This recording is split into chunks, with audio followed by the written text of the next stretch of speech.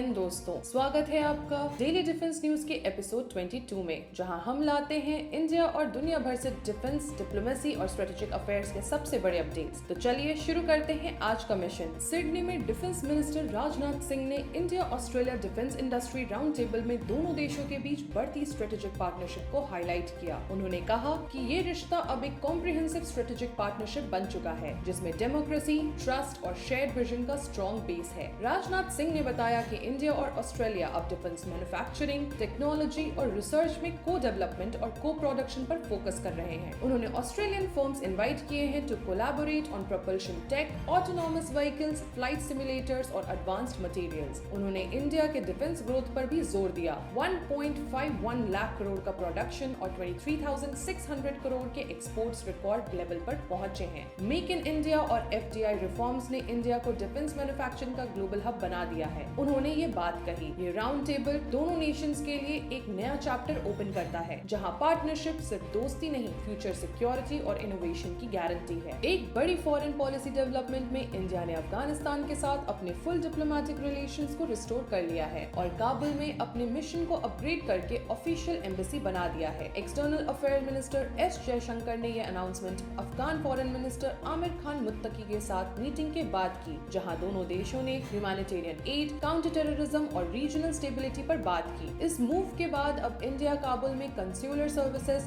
Education और development projects दोबारा start करेगा। उन्हीं प्रोजेक्ट्स के कंटिन्यूएशन में जो पहले ऑलरेडी $3 बिलियन डेवलपमेंट एड के अंदर आए थे। इंडिया का ये स्टेप एक स्ट्रेटेजिक कमबैक माना जा रहा है, जहां न्यू दिल्ली अपने सिक्योरिटी इंटरेस्ट्स और कनेक्टिविटी को सिक्योर करना चाहता है, साथ ही पाकिस्तान और चाइना के रीजनल इन्फ्लुएंस को काउंटर भी करेगा। ये री एंगेजमेंट दिखाता है कि इंडिया अब अफगानिस्तान के साथ एक प्रैग्मेटिक और पीपल फोकस्ड डिप्लोमेसी की तरफ बढ़ रहा है। इंडियन नेवी और यूके रॉयल नेवी ने अपने first ever joint career strike group operation start किए हैं, एक्सरसाइज कॉनकन 25 के अंडर, जो 5 अक्टूबर से इंडिया के वेस्टर्न कोस्ट पर चल रहा है। इस एक्सरसाइज में इंडिया का INS Vikrant carrier battle group और यूके का HMS Prince of Wales led carrier strike group एक साथ ऑपरेट कर रहे हैं। एक फर्स्ट एवर हिस्टोरिक मोमेंट दोनों देशों के लिए। इंडिया के state defence minister Sanjay Seth ने भी कहा कि कॉनकन 25 ने डिफेंस कोऑपरेशन और इंटरऑपरेबिलिटी को नेक्स्ट लेवल पर ले गया है। दोनों नेवीज ने anti submarine drills, coordinated air missions और कॉम्प्लेक्स सी मैन्यूवर्स परफॉर्म किए, ताकि रियल टाइम कॉम्बैट कोऑर्डिनेशन और टैक्टिकल अंडरस्टैंडिंग बढ़े। ये एक्सरसाइज 2004 से चल रही है, लेकिन 2025 एडिशन सबसे एडवांस्ड है, शोइंग हाउ इंडिया और यूके मिलकर इंडो पैसिफिक को सिक्योर और ओपन रखने के लिए कमिटेड है। इंडिया और चेक रिपब्लिक ने 7 जॉइंट डिफेंस कमेटी मीटिंग प्राग में 7 से 9 अक्टूबर 2025 को होल्ड की। मीटिंग का फोकस था defence manufacturing, research and development, technology sharing और मिलिट्री ट्रेनिंग पार्टनरशिप्स को एक्सपैंड करना। इंडियन डेलीगेशन को लीड किया A. अनबरसू ने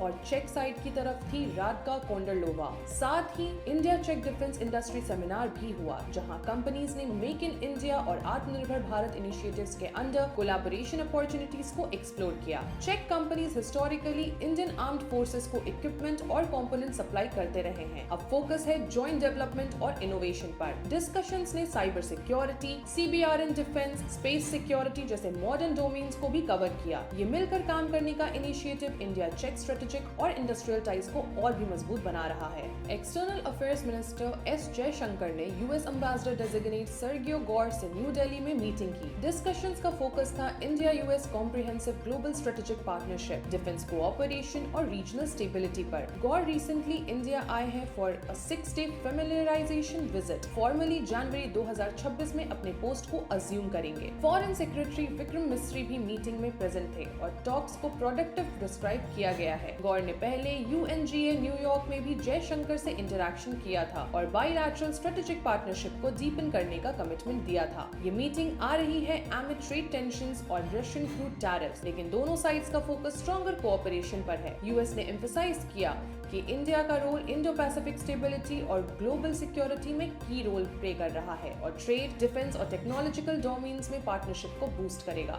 डिफेंस एक्विजिशन काउंसिल DAC ने इंडियन आर्मी के लिए 5,150 करोड़ के एक बड़े project Dharashakti integrated electronic warfare system को अप्रूवल दे दिया है। ये सिस्टम इंडियन आर्म फोर्सेस को एडवांस्ड कम्युनिकेशंस और non communication warfare capabilities provide करेगा, जिससे एनिमी के इलेक्ट्रॉनिक सिग्नल्स को इंटरसेप्ट, मॉनिटर और डिस्ट्रक्ट किया जा सके। धरा शक्ति सिस्टम स्पेशली डिजाइन किया गया है फॉर डिजर्ट और प्लेन टेरेन्स के लिए, जैसे समघट और शत्रुघट सेक्टर्स, जहां हाई टेम्परेचर और ओपन फील्ड कंडीशंस में एफिशिएंट सिग्नल मॉनिटरिंग और रेंज क्रिटिकल होती है। इसमें दो मेजर मॉड्यूल्स हैं, कम्युनिकेशन और non communication. Communication segment mainly radio frequency interception, signal analysis और सिक्योर मैसेजिंग पर फोकस करता है। वहीं non communication segment radar signal detection, jamming और इलेक्ट्रॉनिक काउंटर मेजर्स के लिए रिस्पॉन्सिबल है। यह अप्रूवल इंडिया के लिए एक स्ट्रेटेजिक लीप माना जा रहा है, क्योंकि इससे देश की इंडिजिनियस EW कैपेबिलिटी और आत्मनिर्भर भारत इनिशिएटिव को स्ट्रॉन्ग बूस्ट मिलेगा। धरा शक्ति का large scale induction Indian army की इलेक्ट्रॉनिक वॉरफेयर रेडीनेस को नेक्स्ट लेवल पर ले जाएगा, स्पेशली उन बॉर्डर सेक्टर्स में जहां एनिमी सिग्नल डोमिनेंस को काउंटर करना क्रूशियल है।